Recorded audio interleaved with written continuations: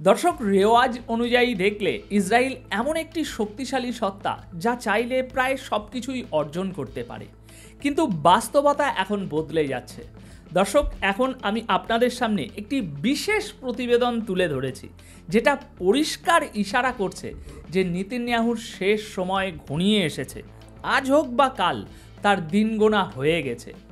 দর্শক, new York Times আজ ওয়াশিংটনে নিজেদের প্রথম পাতায় একটি বিশেষ প্রতিবেদন ছেপেছে, যেখানে বলা হয়েছে এই যুদ্ধ থেকে ইসরায়েলের কোনো সাফল্য হয়নি, ভবিষ্যতেও হবে না, বরং তারা নিজেদেরই ধ্বংসের পথে ঠেলে দিয়েছে। বড় বড় হেডলাইন দিয়ে লেখা হয়েছে যে নেতানিয়াহু কেবল ব্যক্তিগত ও রাজনৈতিক স্বার্থে এই যুদ্ধ বাড়িয়ে নিয়ে গেছেন। এর কোনো যুক্তি বা ভিত্তি ছিল না। তিনি শুধু ক্ষমতায় টিকে থাকার জন্য লড়াই চালিয়ে গেছেন, আর এখন তিনি পুরোপুরি কোণঠাসা। তাই আমি নিশ্চিত করে বলতে পারি, নেতানিয়াহু তার পরিণতির একেবারে দোরগোড়ায় পৌঁছে গেছেন, আর তার দিন সত্যি গোনা হয়ে গেছে। এখন আমি আপনাদের সামনে নিউ ইয়র্ক টাইমসের এই যে রিপোর্ট তুলে ধরছি, আমরা এখন কিছু কংক্রিট প্রমাণ আপনাদেরকে দেখাবো এই রিপোর্ট থেকে, যেগুলো থেকে বোঝা যাচ্ছে নেতানিয়াহু এবং ইসরায়েল নিজেদের পরিণতির খুব কাছাকাছি পৌঁছে গেছে। প্রিয় দর্শক, ইসরায়েলের ভেতরে এবং বাইরেও সবাই গত কয়েক মাস ধরে একই কথা বলে আসছেন।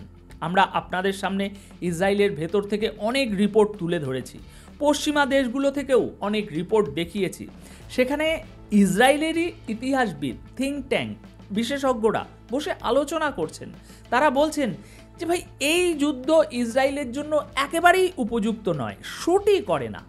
দেখুন, 1995 সালে যে অসলো চুক্তি হয়েছিল সেটা বোঝা খুব জরুরি। তখন ইসরায়েলি নেতৃত্বও বুঝে গিয়েছিল যে তারা যেটা ভাবছে, একদিন ফিলিস্তিনিরা নিশ্চিহ্ন হয়ে যাবে আর শুধু ইসরায়েলিরাই থাকবে, গ্রেটার ইসরায়েল তৈরি হবে। এই চিন্তাভাবনা বাস্তবসম্মত নয়, এমন দিন কোনোদিনই আসবে না। এটা মোটেই বাস্তবিক চিন্তা না। ইসরায়েলের একজন খ্যাতনামা ইতিহাসবিদ একটি রিপোর্টে লিখেছিলেন, ইসরায়েলের অস্তিত্ব আসলে নির্ভর করে ফিলিস্তিনের অস্তিত্বের ওপর। যদি ফিলিস্তিন না থাকে তাহলে ইসরায়েলও টিকবে না। এই বাস্তবতা ইসরায়েলি নেতৃত্ব সেই সময় বুঝতে পেরেছিল, আর তখন একরকম একটা সমঝোতা তৈরি হয়েছিল যে চলো আমরা থাকি, ইসরায়েল আর বেশি সম্প্রসারণ করবে না। কিন্তু এরপর কি হয়? 1995 সালেই যে চুক্তি হয়েছিল, তখনকার প্রেসিডেন্ট নিহত হন, আর সেই হত্যাকাণ্ডের দায় নেতানিয়াহুর ওপরেও ওঠে। তখন থেকেই সারা বিশ্ব বলছিল এই যুদ্ধ ইসরায়েলের পক্ষে যায় না, কিন্তু নেতানিয়াহু এই যুদ্ধ চালিয়ে গেছেন। এবং আজ এটা পরিষ্কার হয়েছে যে তিনি কোনো কৌশলগত ভিত্তিতে এই সিদ্ধান্ত নিচ্ছিলেন না, বাস্তবতা দেখে কোনো সিদ্ধান্ত নেননি। তিনি সব কিছু করেছিলেন কেবল নিজের স্বার্থে, নিজের রাজনৈতিক উদ্দেশ্যে, নিজের ক্ষমতা টিকিয়ে রাখার জন্য। তাই বিষয়টা একেবারে পরিষ্কার।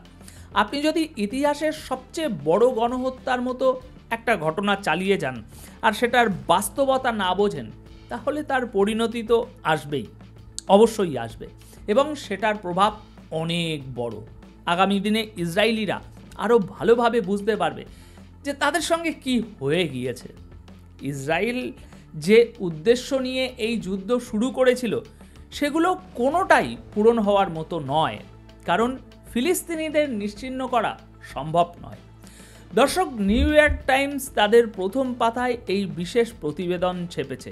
আর দেখুন, মনে রাখতে হবে, নিউ ইয়র্ক টাইমস হলো সেই পত্রিকা যারা ইসরায়েলপন্থী একটি সংবাদ মাধ্যম। সাধারণত ইসরায়েলের দৃষ্টিভঙ্গিতেই সব কথা বলে, কিন্তু এবার তারাই তাদের প্রথম পাতায় এই বিশেষ প্রতিবেদন প্রকাশ করেছে। আর সেটা এমন সময় যখন নেতানিয়াহু ওয়াশিংটনে অবস্থান করছিলেন। এই রিপোর্টটি দর্শক 7 জন অভিজ্ঞ সাংবাদিক মিলে তৈরি করেছেন, এবং সেখানে নেতানিয়াহুর অপরাধের সব গোপন তথ্য ফাঁস করে দিয়েছেন। শুধু ইসরায়েলিদেরই নয়, গোটা দুনিয়ার সামনেই সেই তথ্য তুলে ধরা হয়েছে। দর্শক, রিপোর্টটির শিরোনাম হলো how Netanyahu prolonged the war in Gaza to stay in power. মানে নেতানিয়াহু কেবল ক্ষমতায় টিকে থাকার জন্য গাজার যুদ্ধকে দীর্ঘায়িত করেছেন। এই রিপোর্টে পরিষ্কার বলা হয়েছে, এই যুদ্ধের কোনো সিদ্ধান্ত কৌশলগত ভিত্তিতে নেওয়া হয়নি, বাস্তবতা অনুযায়ী সিদ্ধান্ত নেওয়া হয়নি, বরং কেবল ক্ষমতা ধরে রাখার জন্য গোপন মিটিং, রেকর্ড বদলানো, গোয়েন্দা তথ্য উপেক্ষা করা, এই সব কিছু করা হয়েছে। আর দীর্ঘ 21 মাস ধরে তদন্ত করে এই রিপোর্টটি তৈরি হয়েছে। এবার কিছু গুরুত্বপূর্ণ পয়েন্ট আপনাদের সামনে দর্শক তুলে ধরছি। নাম্বার 1, 7ই অক্টোবর হামাসের হামলার সময় নেতানিয়াহু ক্ষমতা হারানোর অবস্থা ছিল।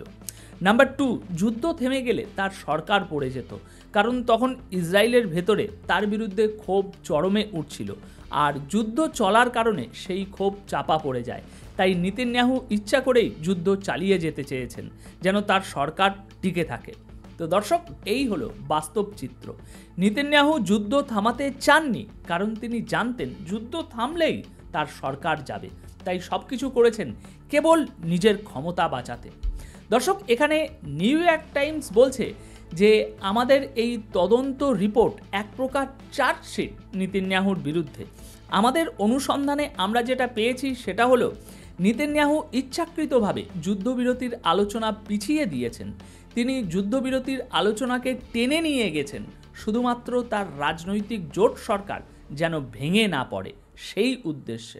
এটা কোনো গ্রেটার ইসরায়েল তৈরির পরিকল্পনা ছিলই না। এটা কোনো হামাসকে হারিয়ে দেবে ইসরায়েল এমন বিশ্বাস থেকে ছিল না এই যুদ্ধ। দেখুন, ইরানের বিরুদ্ধে যুদ্ধ শুরু করার জন্য নেতানিয়াহু প্রায় 40 বছর ধরে লবিং করে আসছেন, কথা বলে যাচ্ছেন। কিন্তু ফল কি হয়েছে? শুধু মুখে পরিকল্পনা করলেই বাস্তবে সব কিছু ঘটে না। কারণ বাস্তবতা হচ্ছে মাত্র 11 দিনের মধ্যেই ইসরায়েলকে যুদ্ধ থামিয়ে পিছু হটতে হয়েছে, এবং এখনও পর্যন্ত সেই যুদ্ধের প্রভাব কাটেনি। রিপোর্টগুলো এখনও পুরোপুরি প্রকাশ হয়নি। নেতানিয়াহু ইচ্ছাকৃতভাবে যুদ্ধবিরতির আলোচনা পিছিয়ে গেছেন। কেন? শুধুমাত্র নিজের রাজনৈতিক স্বার্থ রক্ষার জন্য। নিউ ইয়র্ক টাইমস সরাসরি বড় বড় অক্ষরে লিখে দিয়েছে সে এটা করেছে কেবল নিজের ক্ষমতা টিকিয়ে রাখার জন্য। যুদ্ধ একেবারে শুরু থেকে নেতানিয়াহু বলে এসেছেন যে তিনি হামাসের 7ই অক্টোবরের হামলার ব্যাপারে কিছুই জানতেন না, কোনো গোয়েন্দা তথ্য ছিল না। কিন্তু নিউ ইয়র্ক টাইমসের অনুসন্ধানে দেখা গেছে তাকে বারবার সতর্ক করা হয়েছিল, হুমকির বিষয়ে জানানো হয়েছিল। আর এই বিষয়টা ইসরায়েলিদের জন্য খুবই সংবেদনশীল, কারণ ইসরায়েলের ভেতরে এখনও তদন্ত আটকে আছে যে 7ই অক্টোবরের মতো এত বড় হামলা হলো আর ইসরায়েল একেবারে কিছুই জানতো না। নিউ ইয়র্ক টাইমস বলছে তাদের অনুসন্ধানে পরিষ্কার হয়েছে নেতানিয়াহু জানতেন, এবং তিনি ইচ্ছে করে কোনো ব্যবস্থা নেননি। তিনি নিরাপত্তা জোরদার করেননি, হামাসের সঙ্গে কোনো বার্তা চালাচালি করেননি, কোনো আলোচনায় যাননি, কারণ তার উদ্দেশ্য ছিল একটা, যুদ্ধ বাঁধানো, যাতে তার ক্ষমতার মেয়াদ দীর্ঘ হয়। সরাসরি বললে নেতানিয়াহু এই যুদ্ধকে পরিকল্পিতভাবে দীর্ঘায়িত করেছে। গোয়েন্দা তথ্য থাকা সত্ত্বেও নিরাপত্তা ব্যবস্থায় কোনো ব্যবস্থা নেননি, শুধু নিজের ক্ষমতা রক্ষার স্বার্থে।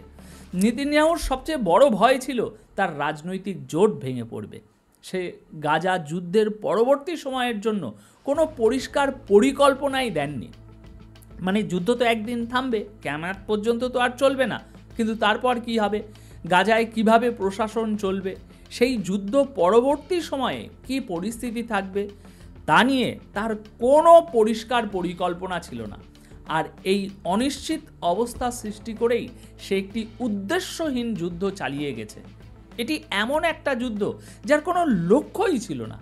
মানে নেতানিয়াহু যুদ্ধ পরবর্তী সব সিদ্ধান্ত রাজনৈতিক স্বার্থে এবং তার ব্যক্তিগত ক্ষমতা টিকিয়ে রাখার স্বার্থেই নেওয়া হয়েছে। তো দর্শক, এটা ছিল একটা বিশেষ প্রতিবেদন। তাই এটা স্পষ্ট নেতানিয়াহুর পতন এখন খুব কাছেই। সময় একটু লাগতে পারে, কিন্তু ফলাফল নিশ্চিত। এটা আপনি একটা বিশ্লেষণ হিসাবেও ধরতে পারেন, কারণ এখানে একটা মৌলিক প্রশ্ন উঠে আসে, একটা যুদ্ধ কোথাও হলে কেন হয়, কি উদ্দেশ্যে যুদ্ধটা হয়। যেমন ধরুন, যদি কেউ এখন তুরস্ক থেকে উঠে এসে বলে যে সে আবার উসমানিয়া সাম্রাজ্য গঠন করবে, অথবা পারস্য থেকে যদি কেউ উঠে এসে প্রাচীন পারস্য সাম্রাজ্য ফিরিয়ে আনবে বলে, তাহলে সেটা কি সম্ভব? একে সবাই পাগলামি বলবে না? বাস্তবহীন স্বপ্ন বলবে না? তাহলে সেই একইভাবে তো নেতানিয়াহুর পরিকল্পনাও বাস্তবকে অগ্রাহ্য করে করা হচ্ছে, একটা ভুল অহংকার থেকে, একটা অদ্ভুত আত্মবিশ্বাস থেকে যে ওরা যা চাইবে তাই করে ফেলবে, কিন্তু বাস্তবতা সে পথে চলে না। তাই এসবের একটা মূল্য অবশ্যই চোকাতে হবে। তো দর্শক, এই রিপোর্টের পর প্রশ্ন আরও জোরালো হয়েছে। সামনে এমন সব পরিণতি আসতে চলেছে যা আর সামলানো যাবে না। ইসরায়েলের ভেতরে বিশেষ করে ওই যে বসতি স্থাপনকারীরা আছে তাদের মধ্যে প্রবল ক্ষোভ তৈরি হয়েছে। তারা এখন বুঝে ফেলেছে এই পুরো যুদ্ধ, এই দীর্ঘ সময় ধরে চলা যুদ্ধের যন্ত্রণা, এগুলো কেবল আর কেবল এর পিছনে নেতানিয়াহু ছিল এবং সে সবাইকে বোকা বানাচ্ছিল। এই রিপোর্টটি আসার পর সেই ক্ষোভ আরও নিশ্চিত হয়ে গেছে। নেতানিয়াহুর বিরুদ্ধে একটা গোটা চার্জশিট তৈরি হয়ে গেছে, একটা পরিষ্কার প্রমাণ যে কিভাবে সে গোটা জাতিকে, গোটা দুনিয়াকে ভুল পথে চালিত করেছিল। তো দর্শক, আপাতত মিডল ইস্ট স্পেশাল এই রিপোর্ট এখানেই শেষ করছি। এ বিষয়ে আপনাদের কি মন্তব্য কমেন্ট বক্সে অবশ্যই জানিয়ে যাবেন। আর এখনও পর্যন্ত যদি এই চ্যানেলটি সাবস্ক্রাইব না করে থাকেন তাহলে এখনই করে রাখুন, কারণ মিডল ইস্টের সর্বশেষ আপডেট এবং authentic verified news middle east সংক্রান্ত এই চ্যানেলেই সর্বপ্রথম আপনি পেয়ে থাকেন। তাই চ্যানেলটি অবশ্যই সাবস্ক্রাইব করে রাখবেন। ধন্যবাদ আপনাদের সকলকে।